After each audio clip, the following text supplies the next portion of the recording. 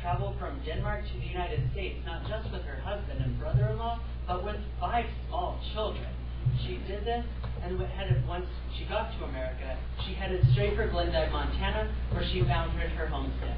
Now, Bertha's first house, if you could go as far as to even call it a house, was a 2-roomed cabin that was purchased for about $200. Now, there were some problems that Bertha didn't necessarily agree with. One of the problems that she had was with the floorboards. In fact, she was once quoted to say that the floorboards had cracks in it that were big enough to stick silverware through. Now, unfortunately for her, she wasn't the only one to notice. Her 5 small children noticed as well.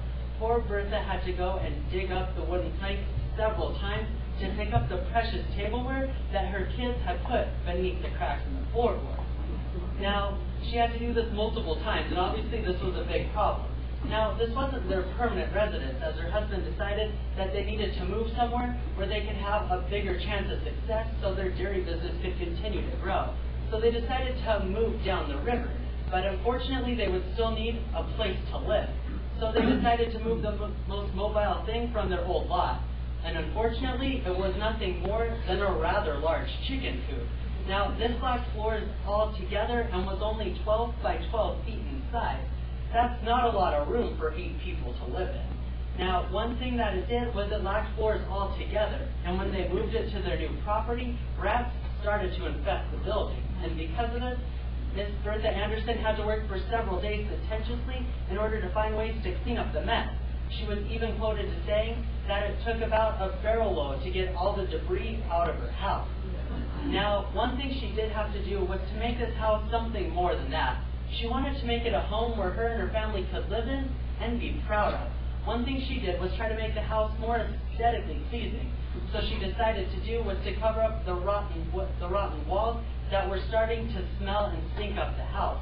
One way she did this was she would take old newspapers that she had collected over several months and start to put them on the wall. By doing this, it started to at least cover the stench and as well as made it a little bit more beautiful to be in when she was in the house.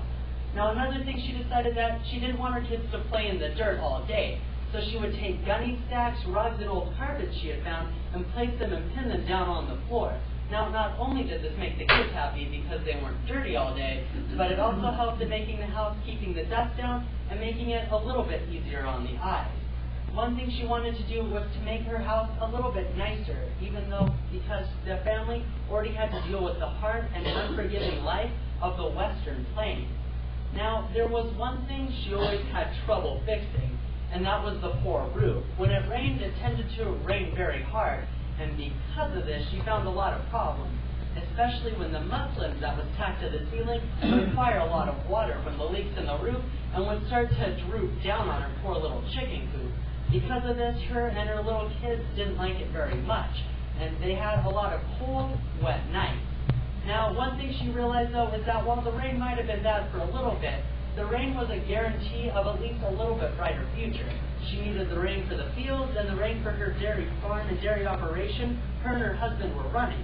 So they found ways to deal with the rain, tried to patch up the roof as best as they could in order to create a life that was a little more successful. And even though the rainstorms did cause a little bit of a cleaning disaster for her occasionally, it still helped out her lifestyle and made her life a little bit better to live in. Now, even though it did occasionally make a mess, Bertha showed great resiliency and ingenuity on using what little she had.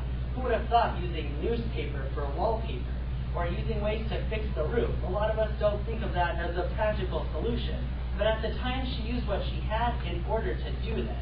Now, she showed that she could make it through the tough times to make the better times a little bit better as it goes. She found out that, maybe leaving her comfortable life back in Denmark was worth it, because she found a life that was worth living and a life that was definitely earned by her standards. Thank you.